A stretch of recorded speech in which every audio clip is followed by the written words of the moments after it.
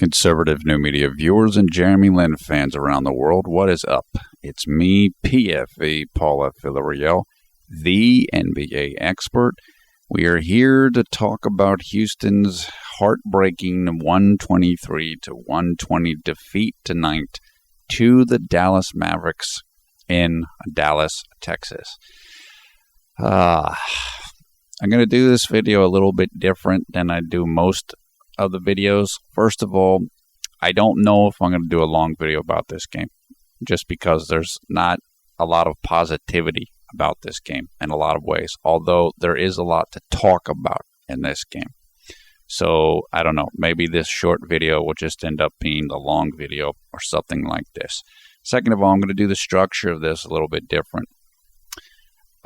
Usually I go over stats and all this different stuff. Look, we're just going to kind of cut this off a little bit and go more towards some of the specific issues in this game and the issues for Jeremy. Jeremy had a tough game in this game. Now, he didn't get to play a whole bunch of minutes in this game. He only played 17 minutes, I believe. But it was a tough night for him. I think his efficiency number for the game was 0. And he only scored 1 point, had 1 rebound, and had 4 assists. Patrick played 37 minutes, and his efficiency number, I believe, was about 9 or 10. Patrick had 9 points, 2 rebounds, 3 assists. He also tied a career high in 4 steals. The reason why this game was tough for Jeremy, there were a couple reasons why, in my opinion.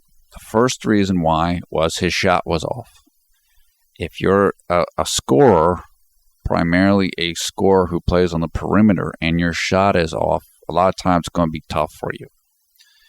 The second reason, and it just happens, there's going to be nights like this, and that's the way it goes, and that's okay. The second reason is Dallas has an excellent shot blocker, Samuel Dalembert.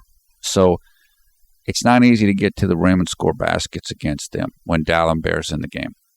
So if your shot is off, and you're 6'3" or less, and you're going against a good shot blocker, you're probably not going to have the best night ever. And that was kind of what happened for Jeremy tonight. And it's okay.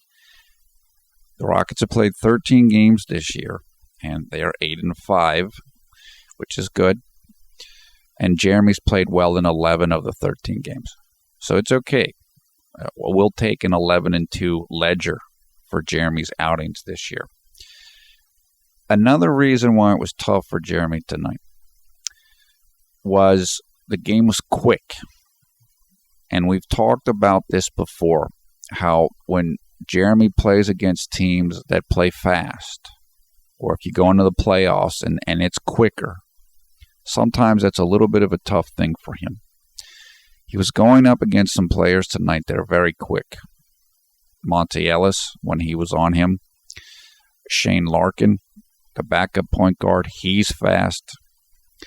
And so there are times when Jeremy goes up against teams and matchups like that, or games like this, where it's going to be hard for him.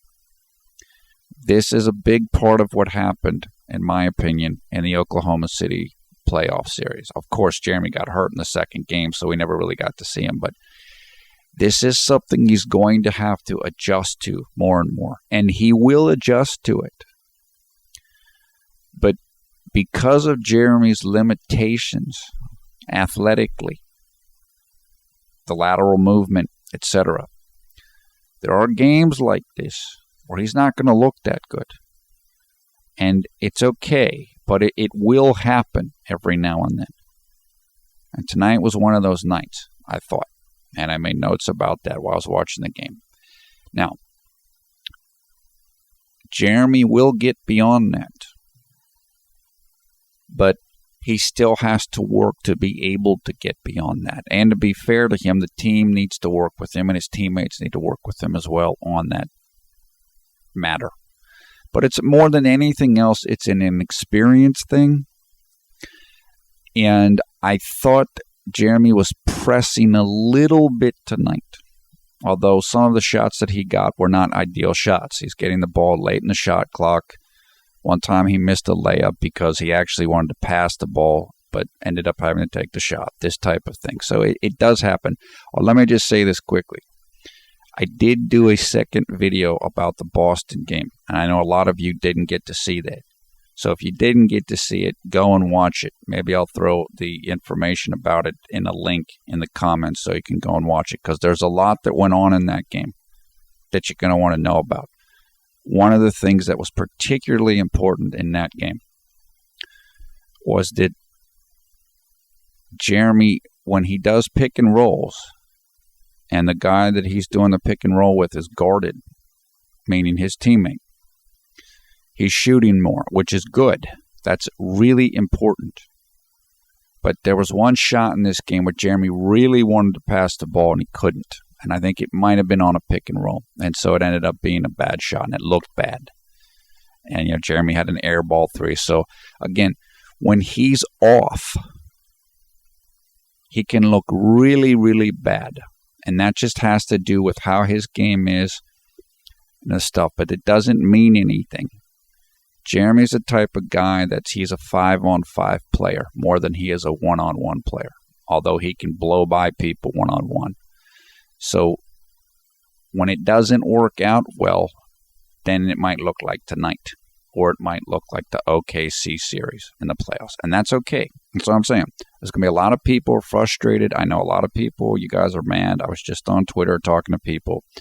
People are frustrated. They're frustrated with the Rockets. There's going to be people that are fans of Jeremy that are going to say he's not any good after tonight, or they're going to feel downbeat. Nope. Don't do that. This is just one of those days and one of those opponents. And because of the style of player that Jeremy is, when he doesn't look good, it's going to look like this. I think I said in one of the videos earlier this year, it might have been the game where he scored 6 points.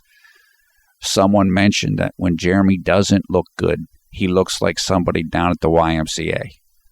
And then he can go from looking like the YMCA person to the MVP.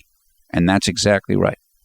But when he doesn't look good, he does look like the guy at the YMCA, which is like a place in the United States, maybe around the world, but certainly in the United States, where like you get recreational basketball players who aren't serious players. So that's kind of what that is supposed to mean. Jeremy, when this whole thing that happened in the OKC series, Jeremy's not confident. He's scared of the moment, blah, blah, blah, blah. Tonight it had that kind of a look. Let me tell you about that. When you have limitations as an athlete, you're going against great athletes, and you can't do certain things. Well, it's easy to look scared. And I'll give you a great example of that. LeBron James in the 2011 finals got all kinds of grief because it looked like he didn't know what he was doing. He couldn't score. He couldn't do anything against Dallas's defense. So if it can happen to LeBron, it can happen to Jeremy, and it can happen to anybody. And so it's a situational thing. And as Jeremy's career goes on, and as he gets more used to the big moments, or and against certain tough opponents, he will get better at this. One thing I noticed in this game, I think it was in the fourth quarter, Houston was really struggling. This was after Jeremy was out of the game. And then Patrick hit a big three. And so it's kind of like Patrick and the team were on their heels, but then he came back and hit the big three. Jeremy's had moments like that too, and he'll have more of them. And so when you're in a tough situation, you got to fight your way out of it. And as Jeremy has more and more experience with the situations, he will get better and better at fighting his way out of it. So all this nonsense, he's scared, no. It's being in a situation where your limits are more clear and you don't know what to do about it. But as you experience that situation more often, then you start figuring out how to adjust to it. And Jeremy will adjust to it.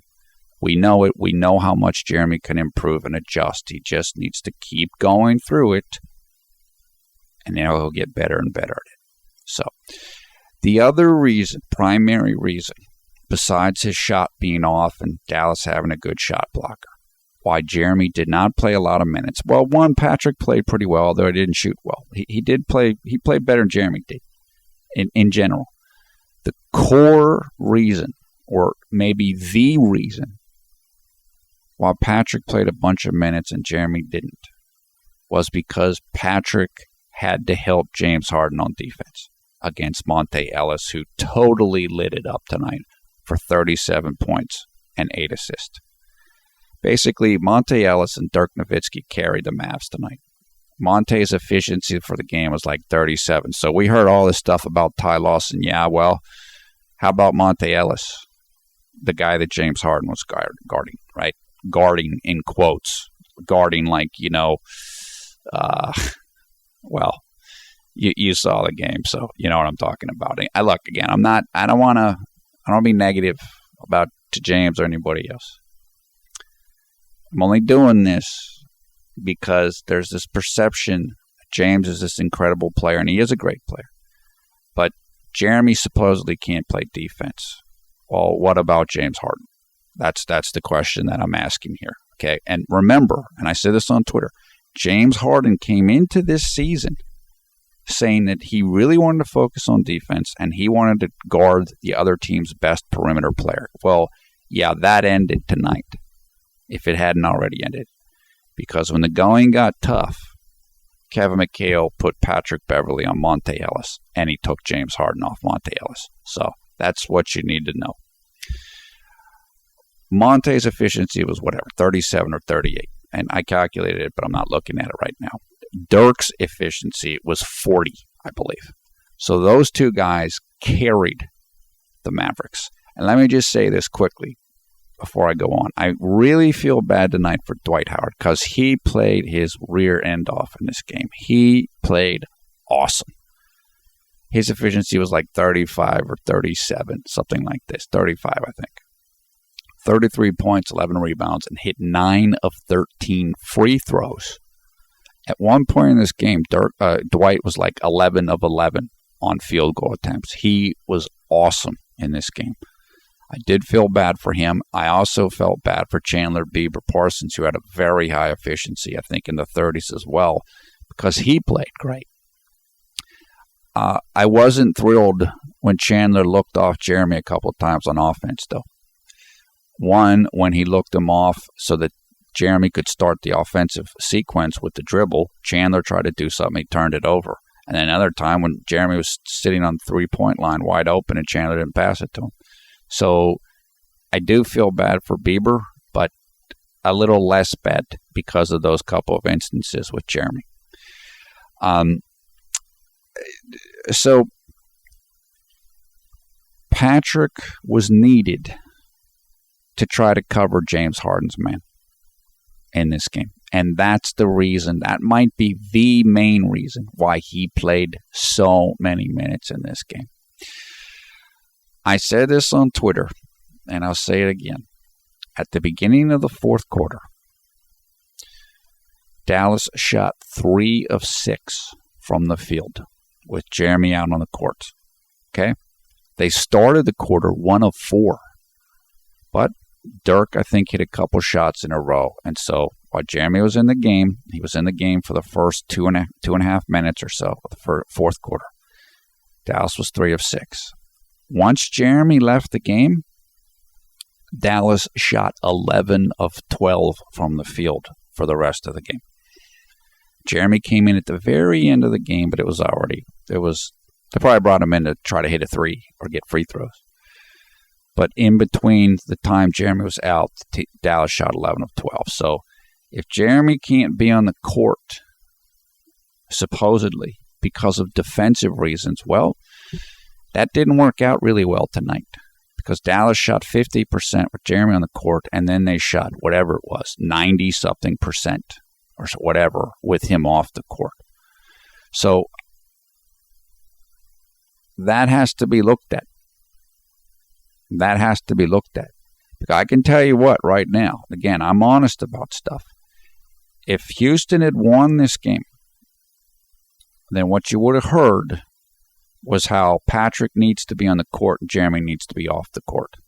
And I can assure you of that. And I'm not saying that there aren't times where that is the case. But because Houston lost the game, now you get a different perspective. And that's the difference in winning and losing. When you lose, everything gets critiqued. Everything can be criticized. So if this game would have gone differently at the end, it would have been Doubter Central saying, "We told you so. We told you Patrick should start.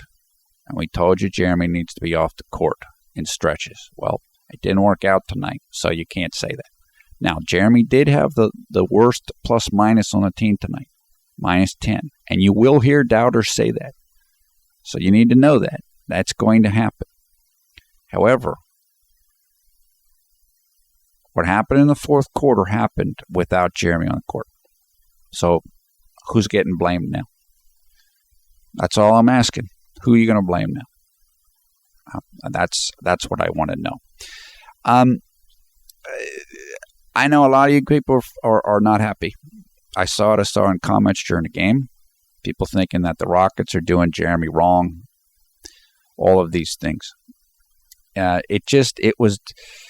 It won't get much worse than this for Jeremy this season. He almost never is going to play this few minutes. Dallas played great tonight. They really did. They're 6-0 at home, and now you saw why that's the case tonight. It's a little bit of a tough matchup, and Jeremy wasn't hitting his shots, his outside shots. So it's going to happen. The good thing, there were a lot of positives about this game for the team and actually for Jeremy. Positives were Houston moved the ball. They are passing the ball more. James Harden's passing the ball more. Chandler had 11 assists. James Harden had 8 assists. They're playing the way they should play. And to be honest with you, Patrick as a defender, whether he's a starter or backup, is working. That does help the team. Because if you can get stops, then it's easier to get scores. Again, I'm not saying that at the expense of Jeremy. I'm just saying for Patrick and for the team in general. So that they played well enough to win. They just didn't win. And it's very unfortunate that they didn't win. The good thing for Jeremy in this game was he had 4 assists and 0 turnovers. What I said in the second video for the Boston game is the primary thing that Jeremy wants to work on for his statistics is assist and turnovers.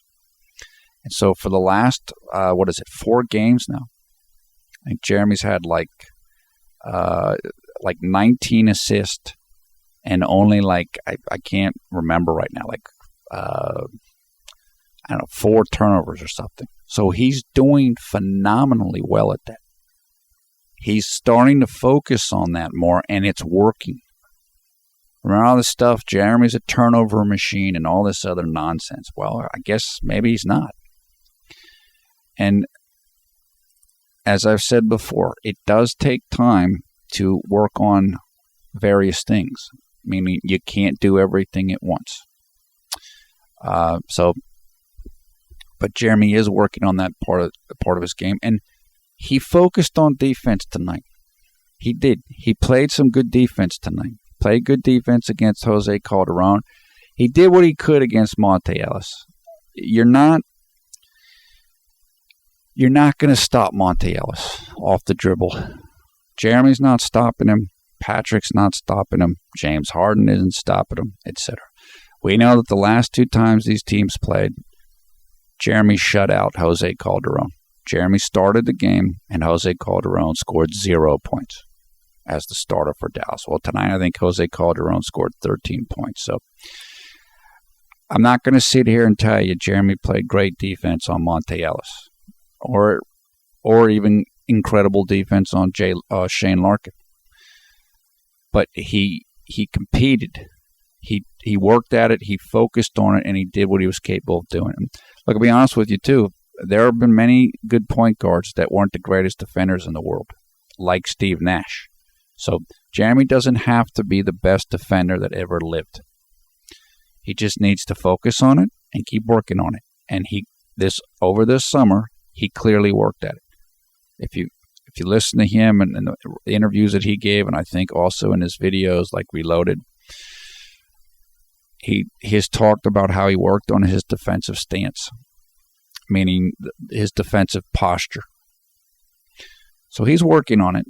It's going to take time, just the same way that everything's going to take time. As I've told you guys many instances, Jeremy is still several years away, in all likelihood, from becoming the player that he can be and that he wants to be. So you can't expect that it's all going to be completed immediately. I know that Jeremy said after the summer, he felt like he could work on his game this year because he actually knew what to work on, because he played as a starter for a year. So now he realized what his strengths and weaknesses were. You don't know that unless you play. And, of course, he was healthy rather than coming off of a knee injury. So, that's about it. It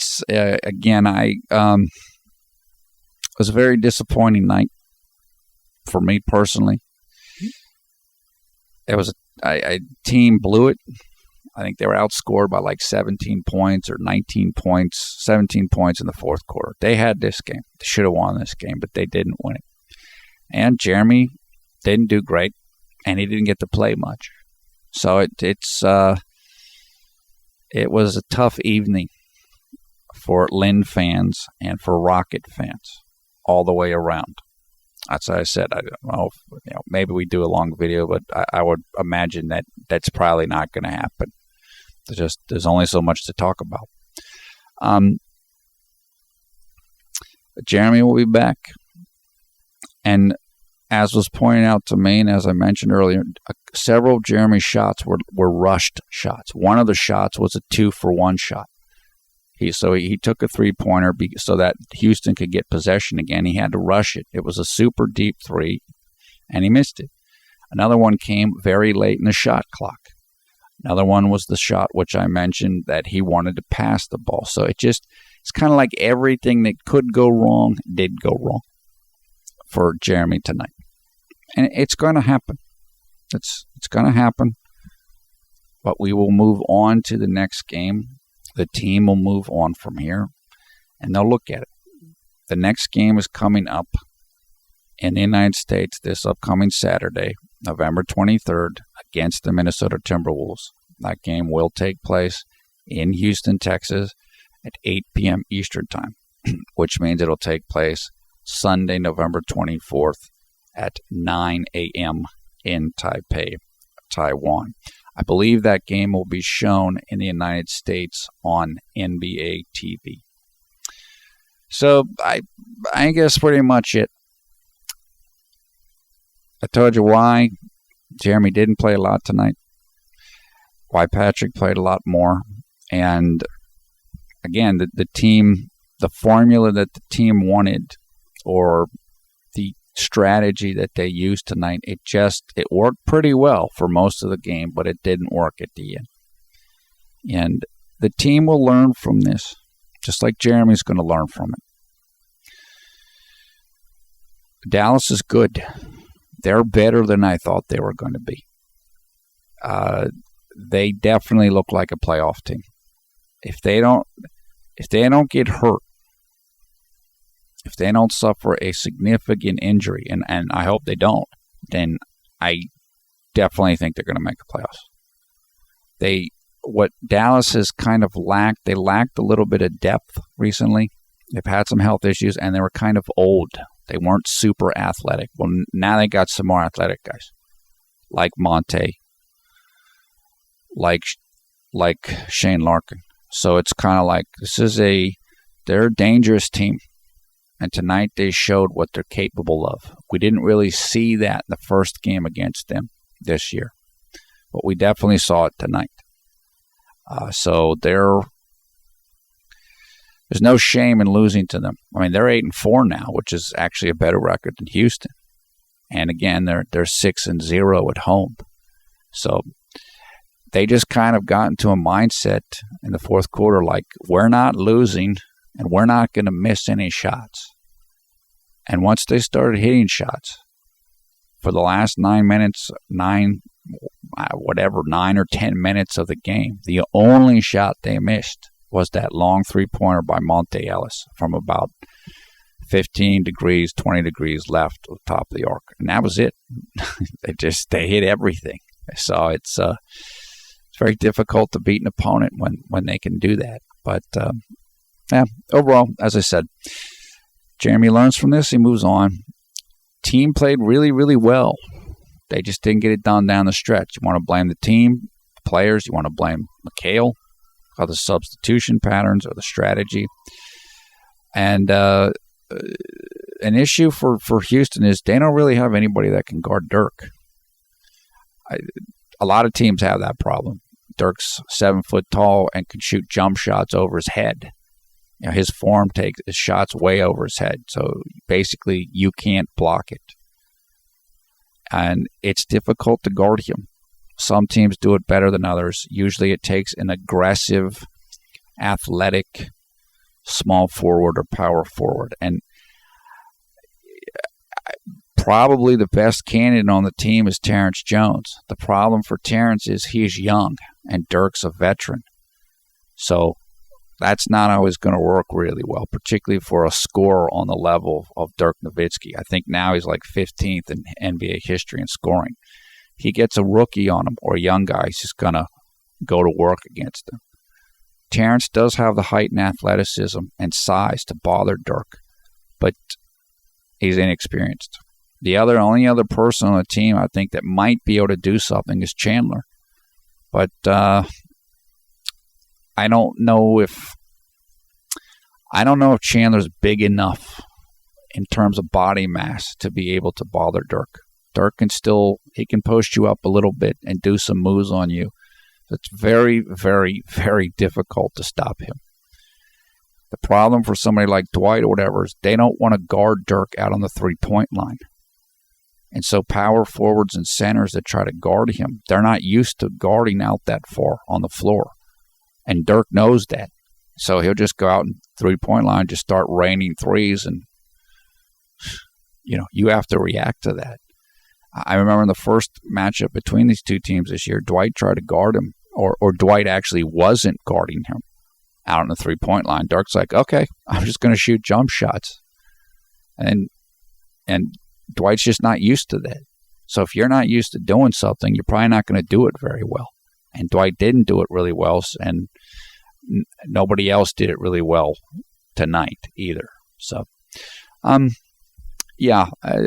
that's it. As I said, I don't think I'll make a second video about this game. We've covered essentially pretty much everything in this game. I'm very happy for Jeremy that even though this was a tough game for him, and the speed of the game, and just again the stress of the game was high. He didn't make any turnovers, so he kind of dialed back his game a little bit. And people mentioned to me that the teammates weren't looking for him a lot. Well, I agree with that. There were a lot of times where they weren't looking for him. Probably because they might have thought, this is a tough outing for him, like the OKC playoff series, and part of it was his shot was off. So it happens. But Jeremy had several nice plays, and one of the assists was to Patrick for a three-pointer. Those two do have good chemistry, and Jeremy's building better and better chemistry with different other players on the team. And that's why the assists are going up and the turnovers are going down. So let's just chalk this one up to experience, and as a lesson, we move on. Let's move on to the Minnesota game. Yes, Jeremy's averages will come down a little bit. Yes, it's probably another game where Patrick beat him in offensive rating and defensive rating, but it happens. The other day, LeBron scored like 13 points, which is for him just doesn't happen, basically. So these nights will take place. I'm actually glad that it happened in some ways. In the same way that I'm glad that Jeremy's competing with Patrick Beverley for a spot, because he will learn from that. You can only learn from it if it comes up. If it doesn't come up, you can't learn from it. You can't anticipate it. So for JLin to be in a situation like this, which did remind me a lot of the OKC playoff series, that's going to help him in the long run. It will help him. So let's just get it over with. Let's just roll it out there so that he can go look at the film and he can work on everything he needs to work on. And that's about it. So, okay, thumbs up, thumbs down. Your comments below. Come and join us on Facebook. Come and join us on Twitter. You'll find the information for the Facebook group and the Twitter account in the video description below the video player. You will also find information about this game in the video description below the video player, and I'll put that there as quickly as I can. That includes box score, game highlights, and a game story. It is 2:10 a.m. here on the East Coast of the United States, early on Thursday, November 21st, I think, at this time. I can't remember my day right now, which means that it is, about 3:11 p.m. on Thursday, November 21st, I believe, in Taipei, Taiwan. Hope everybody's having a great day, a great night, wherever you are around the world when you watch this video. Once again, I am PFE, Paula Villarreal, with a broken voice right now. Sorry about that. The NBA expert. And thanks a lot for watching Conservative New Media. We do strive to be the #1 JLin YouTube fan channel. Just one of those nights. About 5 times a year, your team goes out and they're going to lose. Doesn't matter what. It's just the opponent's just going to win. This actually wasn't one of those nights. Houston did have a great chance to win this game, but the point is there's certain fairly typical things that happen in the NBA. And sometimes you're just going to have, sometimes a home team's going to make a big run and they're going to come back. And that's what happened tonight. And sometimes as a player, you're just not going to have a great night. A lot of you guys didn't think Jeremy played well against Boston. I totally disagree with that, which is, I told you guys that. Again, his PER went up after the Boston game, so he played well. Tonight, his stats are going to go down, except the assist-to-turnover ratio. That's going to get better and better, and the turnovers per 36 minutes is going to get better from tonight. So, I would have liked a different result. I would have liked a different outing for Jeremy, but in the long term, I'm happy that this happened for him. This will help him to improve on some specific things that he needs to improve upon in terms of this, when the game is quick and other things. So let's just get all the lessons out there as quickly as we can, and Jeremy can get better even faster. That's it for now. Thanks for watching and listening, and we will talk to you again soon.